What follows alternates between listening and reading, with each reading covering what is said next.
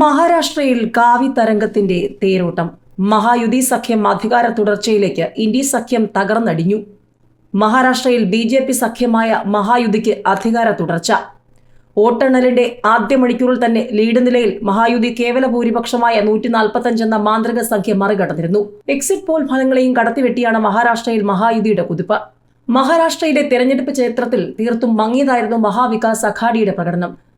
ആദ്യ മണിക്കൂറുകളിൽ വെറും 60 സീറ്റുകളിൽ മാത്രമായിരുന്നു മഹാവികാസ് അഘാഡിയുടെ മുന്നേറ്റം. UPയിലും BJPക്ക് മുൻതൂക്കം. ഉപതെരഞ്ഞെടുപ്പിൽ 4 സീറ്റുകളിൽ BJP സ്ഥാനാർത്ഥികൾക്ക് മികച്ച നേട്ടം. UPയിലെ ഉപതെരഞ്ഞെടുപ്പ് നടന്ന 9 നിയമസഭാ സീറ്റുകളിലും BJPക്ക് 4ഇടത്ത് മുന്നേറ്റം. നിലവിൽ നിയമസഭയിൽ BJPക്ക് 251 MLAമാരാണുള്ളത്. തൊട്ടു പിന്നിടായി SPക്ക് 105 MLAമാരുടെ പിന്തുണയുണ്ട്. രാഹുൽ മാങ്കൂട്ടത്തിലിന്റെ പാലക്കാട് വിജയത്തിൽ അഭിവാദ്യങ്ങളുമായി SDPI. ആരവം മുഴക്കിയും പടക്കം പൊട്ടിച്ചും ആഹ്ലാദ പ്രകടനം. നിയമസഭാ ഉപതെരഞ്ഞെടുപ്പിൽ രാഹുൽ മാങ്കൂട്ടത്തിലിന്റെ വിജയത്തിന് പിന്നാലെ അഭിവാദ്യങ്ങളുമായി SDPI പ്രവർത്തകർ. BJP സ്ഥാനാർത്ഥി C കൃഷ്ണകുമാറിന്റെ വോട്ടുനില താഴേക്ക് പോയതിൽ ആരവം മുഴക്കുകയും CPM ഓഫീസിന് സമീപം പടക്കം പൊട്ടിച്ച് ആഹ്ലാദ പ്രകടനം നടത്തുകയും ചെയ്തു. SDPIയുടെയും ജമാഅത്തെ ഇസ്ലാമിയുടെയും വോട്ടുകൾ സ്വീകരിക്കുമെന്ന് നേരത്തെ തന്നെ KC വേണുഗോപാൽ അടക്കമുള്ള നേതാക്കൾ വ്യക്തമാക്കിയിരുന്നു. രണ്ട് സംഘടനകളെയും തള്ളിപ്പറയാൻ കോൺഗ്രസ് നേതൃത്വം ആദ്യം മുതൽ തയ്യാറായിരുന്നില്ല. PDP വോട്ടുകളെ തള്ളിപ്പറയാൻ ഇടതുപക്ഷവും തയ്യാറായിരുന്നില്ല. 2 ദിവസം മുൻപ് നടത്തിയ വാർത്താ സമ്മേളനത്തിൽ രാഹുൽ മാങ്കൂട്ടത്തിലാണ് തങ്ങളുടെ വോട്ടെന്ന് SDPI നേതൃത്വം വ്യക്തമാക്കിയിരുന്നു. കഴിഞ്ഞ ലോക്സഭാ തെരഞ്ഞെടുപ്പിൽ ഉൾപ്പെടെ UDFനെ പിന്തുണയ്ക്കുകയാണ് ചെയ്തത്. ഇത്തരം തീരുമാനമെടുത്തത് UDFിലെ മുതിർന്ന നേതാക്കളുമായി നടത്തിയ കൃത്യമായ ചർച്ചയിലൂടെയായിരുന്നു. അത് പാലക്കാട്ടെ ഉപതെരഞ്ഞെടുപ്പിലും തുടരുമെന്ന് നേതാക്കൾ വ്യക്തമാക്കിയിരുന്നു. ഏതായാലും പാലക്കാട് SDPIയുടെ ആഘോഷം ചർച്ചയായിരിക്കുകയാണ്.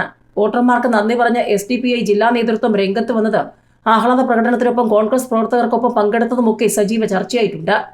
ഏതായാലും CPMന് വൻ തിരിച്ചടി തന്നെയാണ്. പാലക്കാട് പൊട്ടിയ പെട്ടി, ചീറ്റിയ പരസ്യം, പട്ടി വിവാദം, അങ്ങനെ ചോദ്യങ്ങൾ നിരവധിയായിരുന്നു. വിവാദങ്ങൾ ഓട്ടായപ്പോൾ പാലക്കാട് ചരിത്രം തിരുത്തിക്കുറിച്ചത് രാഹുൽ മാങ്കൂട്ടത്തിലും. ഏതായാലും കേരളത്തിൽ ഇത്തവണ 3 ഉപതെരഞ്ഞെടുപ്പുകൾ നടന്നപ്പോൾ പാലക്കാടായിരുന്നു രാഷ്ട്രീയ കേരളത്തിന്റെ ശ്രദ്ധാകേന്ദ്രം. രാഷ്ട്രീയ നാടകങ്ങളുടെയും കൂറുമാറ്റങ്ങളുടെയും കാഴ്ചയ്ക്ക് പാലക്കാട് സാക്ഷിയായി. അന്തിമഫലത്തിൽ വിവാദങ്ങളെല്ലാം UDF സ്ഥാനാർത്ഥി രാഹുൽ മാങ്കൂട്ടത്തിന് ഗുണം ചെയ്തു. കാരണം പാലക്കാട് ഹാട്രിക് വിജയം നേടിയ ഷാഫി പറമ്പിലിന്റെ എക്കാലത്തെ വലിയ ഭൂരിപക്ഷത്തെ കടത്തിവെട്ടിയാണ് രാഹുൽ പാലക്കാട് തേരാളിയായത്. 18,715 വോട്ടിന്റെ വിജയം. 2011 7,403 വോട്ടിന്റെയും 2016 17,483 വോട്ടിന്റെയും 2021 3,859 വോട്ടിന്റെയും ഭൂരിപക്ഷത്തിലായിരുന്നു ഷാഫിയുടെ വിജയം. രാഹുലിന്റെ ചരിത്ര വിജയം, എതിരാളികൾ ഉയർത്തിയ പെട്ടി വിവാദം, സരന്റെ കൂറുമാറ്റം, സന്ദീപിന്റെ വരവ്, അവസാന നിമിഷത്തെ പരസ്യ വിവാദം, ഒപ്പം ഷാഫി പറമ്പിലിന്റെ പാലക്കാട്ടെ സ്വാധീനം എന്നിവയെല്ലാം കൂടിച്ചേർന്നതാണ് ഈ വിജയം.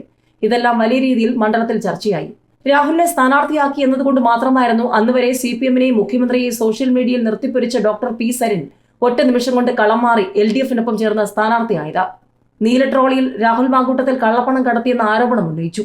അർദ്ധരാത്രി വനിതാ നേതാക്കളുടെ അടക്കം മുറികളിൽ പോലീസ് റെയ്ഡ് നടത്തി. ഇത് വലിയ വിവാദത്തിന് വഴിവെച്ചു. ഒന്നും തെളിയിക്കാനാകാതെ വന്നതോടെ വിവാദം ഉന്നയിച്ചവർക്ക് തന്നെ അത് തിരിച്ചടിയായി. വിഷയത്തിൽ CPMനുള്ളിൽ തന്നെ വ്യത്യസ്ത അഭിപ്രായം ഉയർന്നതോടെ പിന്നോട്ട് പോകേണ്ടി വന്നു.